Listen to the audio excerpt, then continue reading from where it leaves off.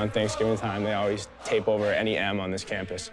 So, I mean, you step in here, you can't even say the name. You just have to refer to it as that team up north.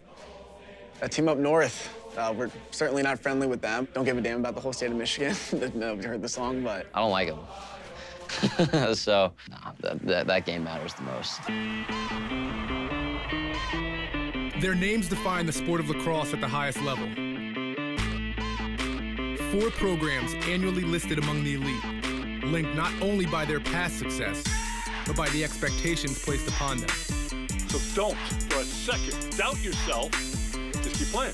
You have a long way to go, but it's paying attention to the details. How great do you want to be? Game time. It's in the bag, you better believe it. We all play for one reason, show out dominating this season. It's time. Take that dub with us, so we leaving. You not with us in the streets, and brave, I turn it up for the season. Game time. It's the season, 2018.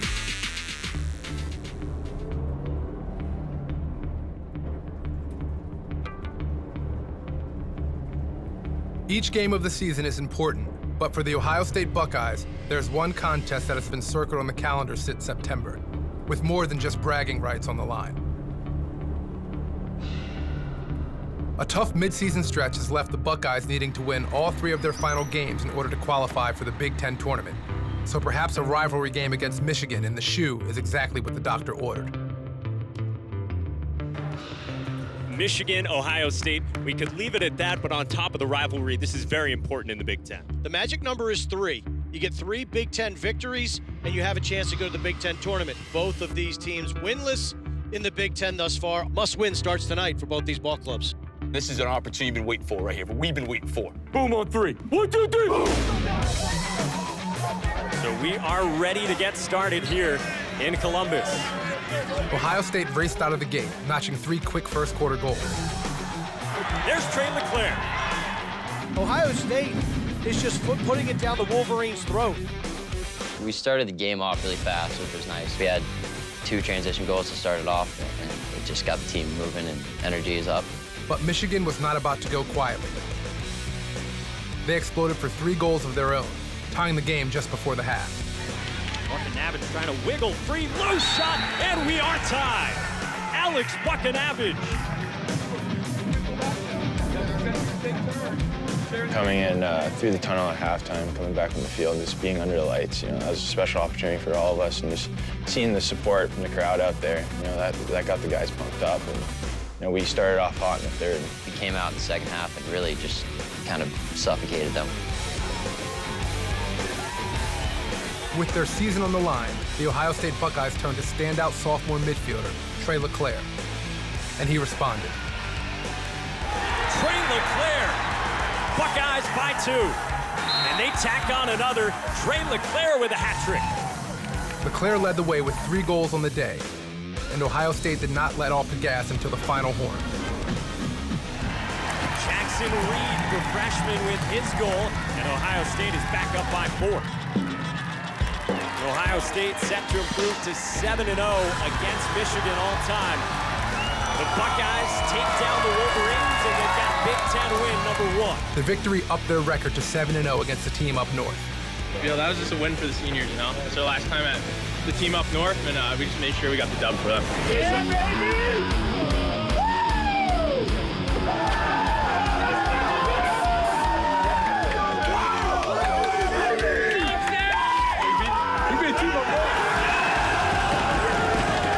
Good. I like that. I found jams. Let's go home.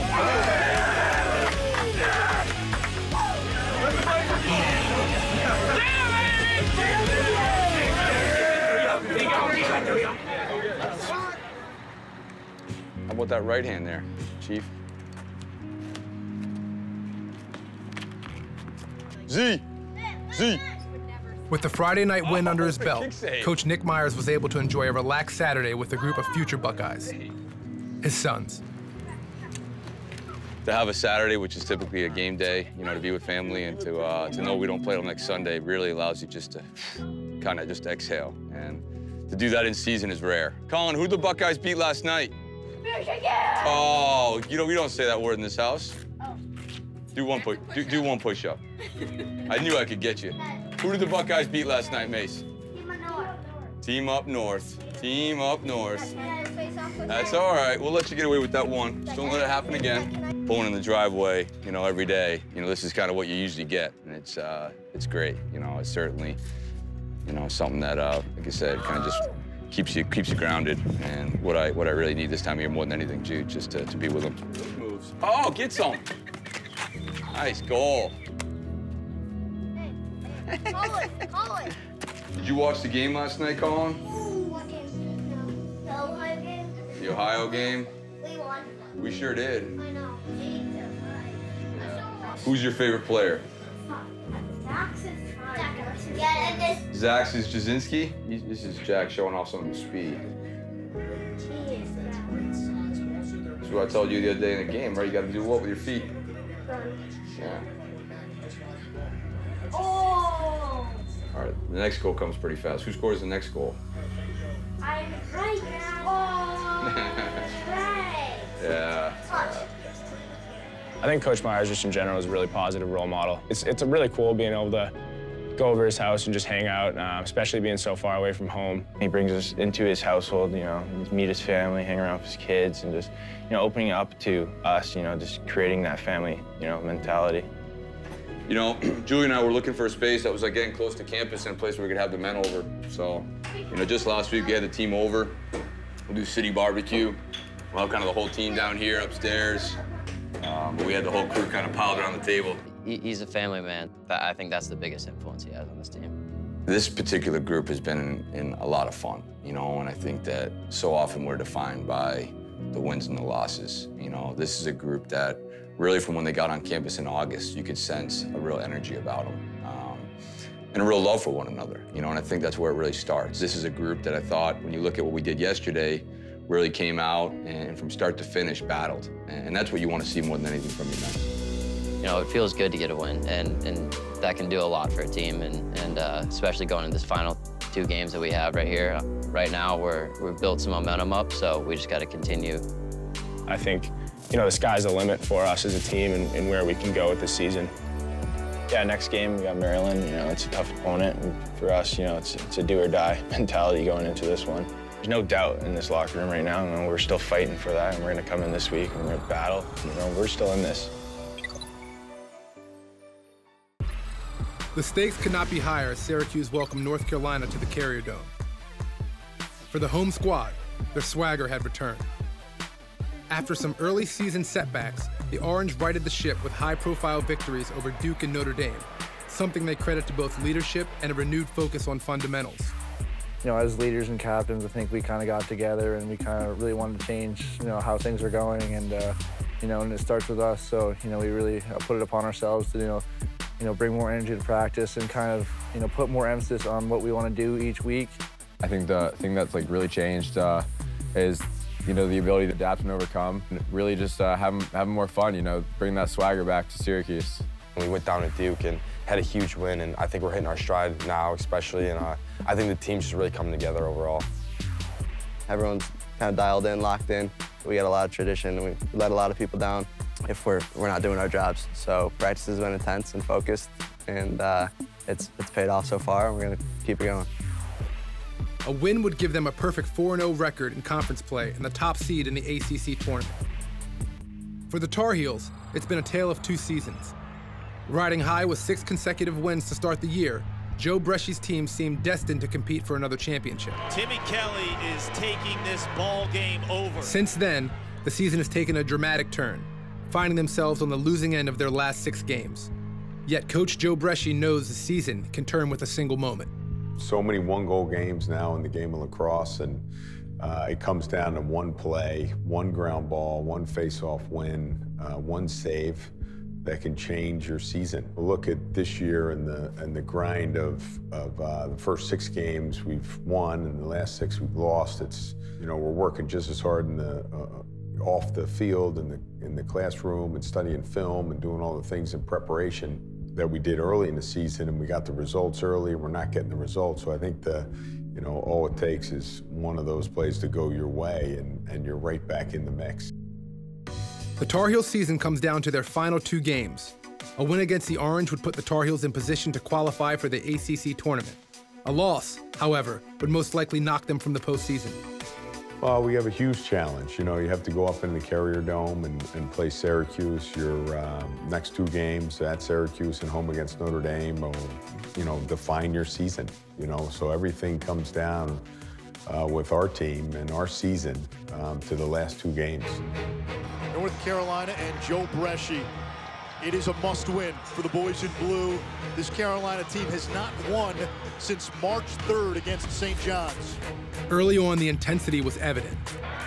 And Syracuse on the board first. Pat Carlin gets the scoring started. Running down the alley, Kelly ties it for UNC. Syracuse maintained a small lead through the first 2 quarters. But with just 9 seconds remaining in the half, UNC's Matt Gavin tied the game at 4. Gavin looking for the step, shoots and scores! Over the left shoulder of Dom Madonna, and we're tied at 4. This looked to be the spark the Tar Heels needed, and as the second half unfolded, they began to pull away. Perry the step, and a rocket. Cloutier behind the back, Matthews on the doorstep! And with 7 minutes to go, freshman Alex Trippy put them comfortably on top. Trippy splits a double, and between the legs of Madonna, Carolina with its biggest lead of the afternoon. But as Syracuse has shown all season, they can't be counted out until the final whistle. Curry, 12-11, here come the Orange with 94 seconds. With under a minute to play, North Carolina looked to seal a season-defining win. 1:34 to go. Big face-off coming, UNC on a 6-game losing streak. Syracuse, these close games seem to bring out the best in them. Curry got the step on Haverty, and Curry ties the game at 12. Curry's goal, his second in the closing minutes, tied the game at 12, forcing overtime. And we go to overtime. 52 seconds into the overtime period, Brendan Bombury put a dagger in the Tar Heels season. Stutter step, swings it to the middle, and Bombury with the game winner. The Orange find a way once again. With the win, Syracuse clinched the regular season ACC championship and the #1 seed in the conference tournament. But for North Carolina, it was a crushing blow. They now face nearly impossible odds of making the league tournament with only a game remaining. With 1-goal losses this season to both Duke and Syracuse, the Tar Heels can only think of what might have been. Yeah, I mean, you know, there's not much I can say to the guys outside of how proud I am of their effort.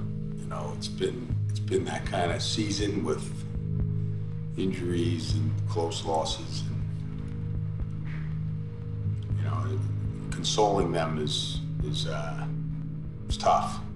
You know, we're all beaten up, but I'm really proud of how hard they continue to fight. I mean, you know, obviously feel for our guys, but I'm also really proud of their effort. For Ohio State, defeating Michigan was the spark the Buckeyes needed to finish the season on fire. But the road ahead was not easy. To ensure a spot in the Big Ten tournament, Ohio State would need to win on the road against the best team in the nation, the #1 ranked Maryland Terrapins. And in a rematch of last year's national championship, the Buckeyes parlayed their early emotion into goals. Junior from Alabama, and Jasinski stings the corner. Before 4 minutes had elapsed, Jack Jasinski and the Buckeyes had built a substantial 3-0 lead. Over to Colin Shell, he's got a good look. 3-0 Buckeyes. Ohio State off to a blistering start. But the top-ranked team in the nation would not be outmatched. Finding Logan Wisnauskas, and it's a man-up goal. Led by Logan Wisnauskas and Connor Kelly, the Terrapins charge back, evening the score. That one was easily manufactured. Oh, nice look. Wisnauskas right there. The two teams traded blows into the fourth quarter, but this time, the Buckeyes would not be denied.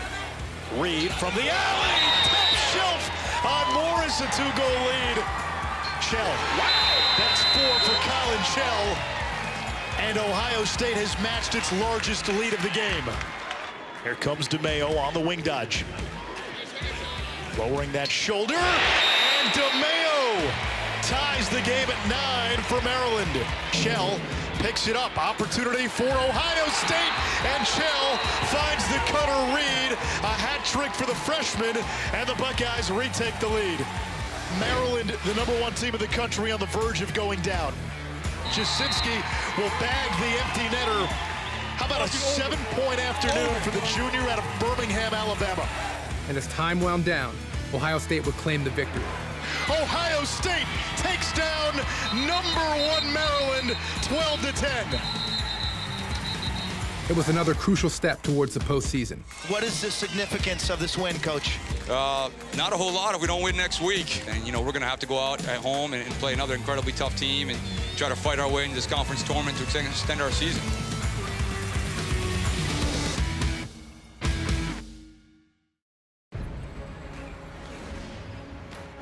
The ACC regular season had seen its fair share of upsets, and on a sunny afternoon in Charlottesville, the ACC Tournament semifinals promised an equally exciting display of lacrosse. It's hard. You know, it's very difficult to advance to win a playoff game. The Duke Blue Devils entered the tournament as the #2 seed and were playing their best lacrosse of the season. 4 consecutive victories had earned them the #1 ranking in the country. We're still working towards where we want to be, but in those games we were able to put together some wins, learn from our losses, you know, put ourselves in situations to be successful. It's all in preparation for the postseason. That's been our goal since day one. That's why we're out on the field running all fall, in the weight room all the time. We've been practicing hard for that opportunity. But battle-tested Notre Dame didn't seem too preoccupied with the predictions. Ryder Garnsey on the doorstep knocks it in, and the Irish with an early 1-0 lead. And a first-half hat-trick from Brian Constable gave the Irish a 5-1 lead. Spins and stings the corner. Brian Costabile makes it a 3-1 game. Skip to Costabile from the alley. Stings the other corner. And Costabile gets it back. Backhands it in. The hat trick for Costabile. That is money. The Blue Devils would keep chipping away as the first half ended. In all Notre Dame so far. Walsh to Gutterding. His second tally for the Blue Devils. On the doorstep, Robertson. Welcome home, Joe Robertson. And Joe Robertson's late goal would give Duke the momentum heading into the second half. Here comes Smith, Duke's face-off man. On the doorstep, Robertson, the fake high, the goal going low. And this will be their juice in the second half. The teams would trade blows deep into the fourth. Smith makes it a 1-goal game. He's got 2 in the second half. Coming out of hibernation for Duke. Feeding Walsh.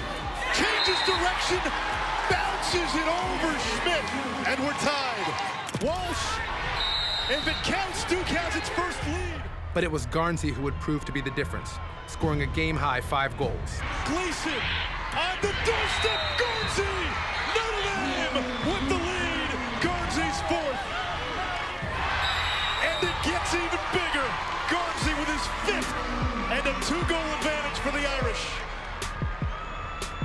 It was a bitter defeat for the Blue Devils, but while their aspirations for conference glory were denied, perhaps it will be the motivator for the bigger accomplishments on the national stage later in May.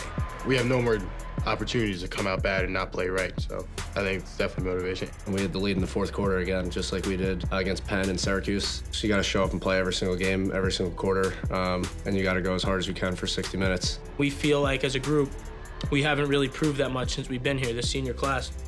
And we have one last chance to do that. There was an opportunity for us to compete for a championship, and we failed. The next time you fail, you know, you'll go home. In the nightcap, the Syracuse Orange looked to book their ticket to the conference championship game against Virginia.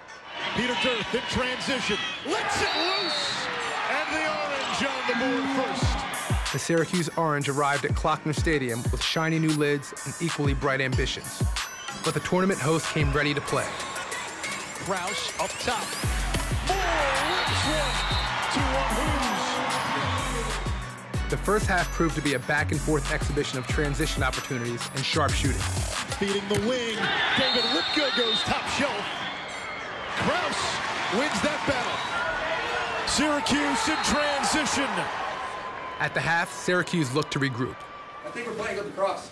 Okay, I think we're getting up and down. We had a couple early ones that we gave up. We probably shouldn't have given up.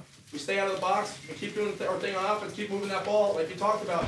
Make the extra play. We're getting balls in the inside. We're going to start canning those. Just get it and move the ball. You got to set up your dodges quicker. A couple quick passes and go. And in the third, Tucker Dordevic proved why he is among the nation's best freshmen. Dordevic, great move. Tucker Dordevic. Some hot cheese, son. But while Syracuse play had plenty of flair, they struggled to catch the Hoos. Virginia fills the back of the net. Hutchings, a bouncer. And it's a one-goal game. Michael Krause in the forecast tonight. Bomberry from the outside, going low. And gets the score. Over to Connors. Moore. Oh, good top shelf. Kennedy. Point on the doorstep, Rafus. Stays in bounds, Virginia has it. Here's Aiken, unsettled. Shot to score, DeMario. And in the end, it was Virginia who would come away victorious. Ball game over, Virginia is back.